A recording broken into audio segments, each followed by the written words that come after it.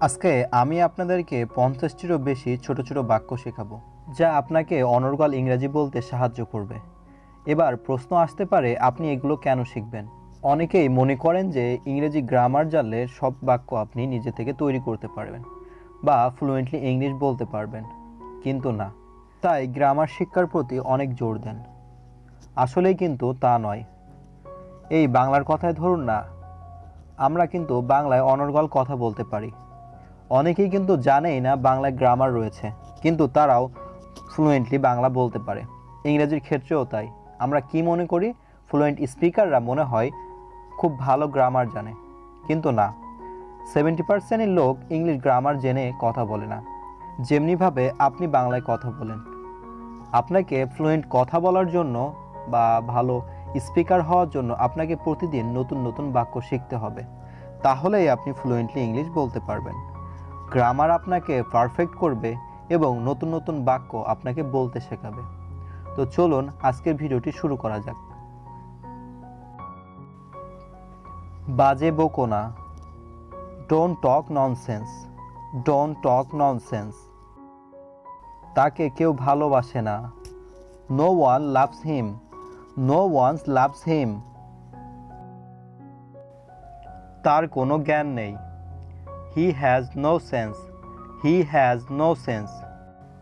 এগুলো negative sentence বা নাবাচক বাক্যের উদাহরণ, কারণ এখানে বাক্যে বাংলায় না, নেই শব্দটি ব্যবহার করা হয়েছে এবং ইংরেজিতে নো, ডু নট এর ব্যবহার করা হয়েছে।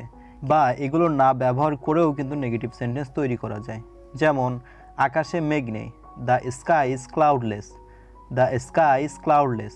এখানে ক্লাউডলেস মানে হচ্ছে মেঘমুক্ত বা নির্মেঘ। এই বাক্যটিকে আমরা এভাবেও বলতে পারি, there is no cloud in the sky.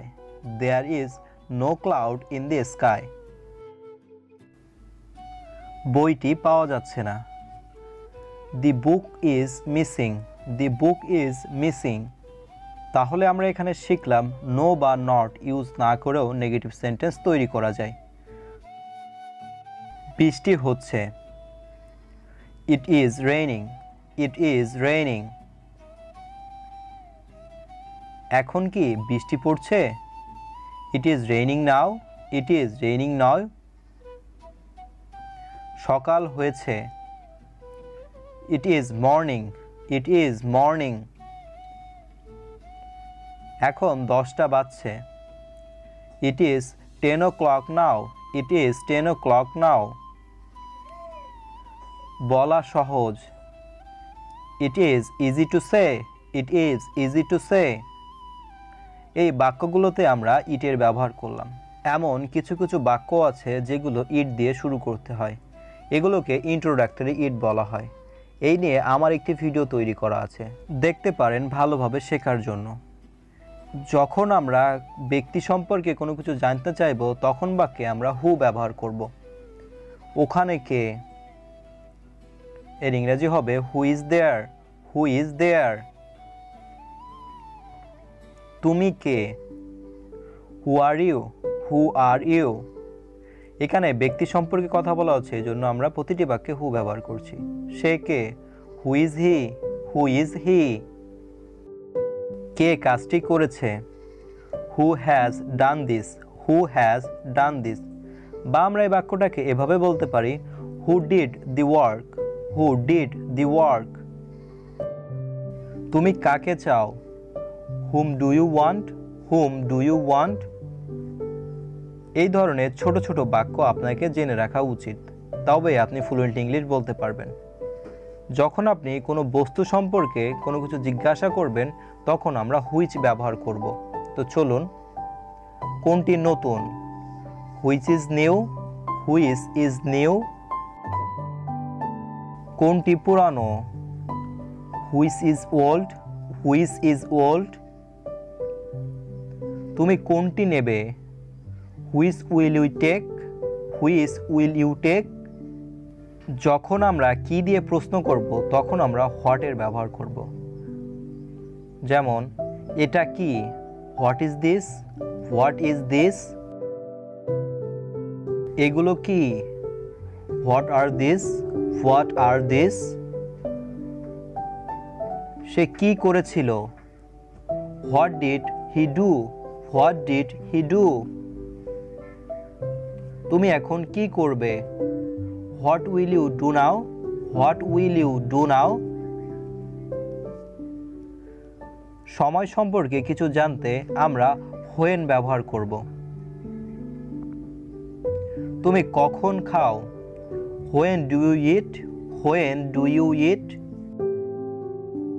কখন অন্ধকার হবে? When will it be dark? When will it be dark? সে কখন এসেছিল? When did he come? When did he come? সে কখন ঘুমায়? When does he sleep? When does he slip?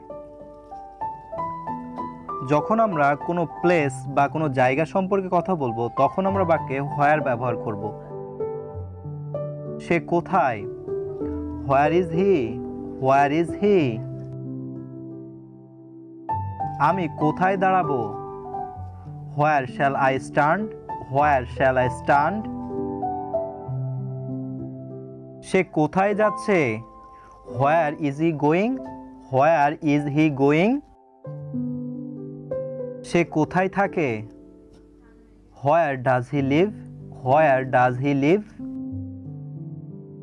পরিমাণ, সংখ্যা বা শারীরিক অবস্থা কিংবা কোনো ব্যক্তি বস্তু সম্পর্কে জানতে হাউকে ব্যবহার করা হয়। তুমি কেমন আছো? How are you? How are you? তোমার বাবা কেমন আছে? How is your father? How is your father? মেরি কেমন আছে? How is Mary? How is Mary? কতজন মারা গেছে? How many died? How many died? Bangla বাক্যে যখন কত কথাটি থাকে তখন যদি এর দ্বারা সংখ্যা, পরিমাপ, পরিমাণ, দূরত্ব ইত্যাদি বোঝায় তখন আপনি হাউকে ব্যবহার করতে পারেন। যেমন তার বয়স কত? How old is he? How old is he? কত গভীর? How deep? How deep? কি সুন্দর? How lovely? How lovely?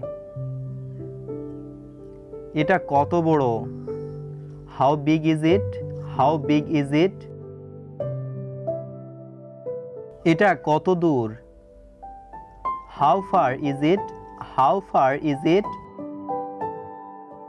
Bangla বাক্যে যখন কেন কথাটি থাকবে তখন আপনি হয়কে ব্যবহার করে ইংরেজি করতে পারেন।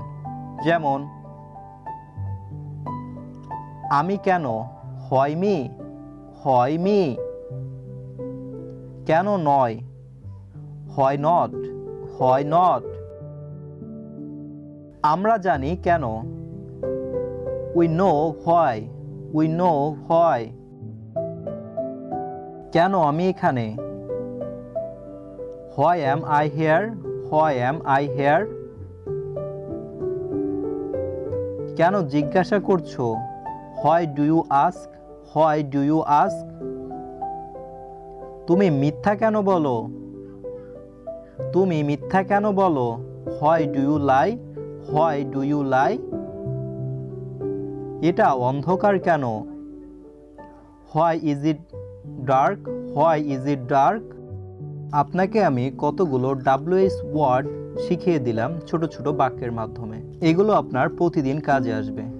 WH ওয়ার্ড নিয়ে যদি কনফিউশন থাকে তাহলে এ নিয়ে আমাদের ভিডিও তৈরি করা আছে, চাইলে আপনি সেগুলো দেখে নিতে পারেন। তো চলুন আরও কিছু বাক্য শিখে নেওয়া যাক। ওখানে যেও না। Don't go there. Don't go there. গলার স্বর চড়িও না। Don't raise your voice. Don't raise your voice. চলো আমরা যাই। Let's us go. Let's us go. এখানে অপেক্ষা করো। Wait here. Wait here. ওই দিকে দেখো। Look there. Look there. এক পাও নড়বে না। Don't move a step. Don't move a step. সে অনেক কথা।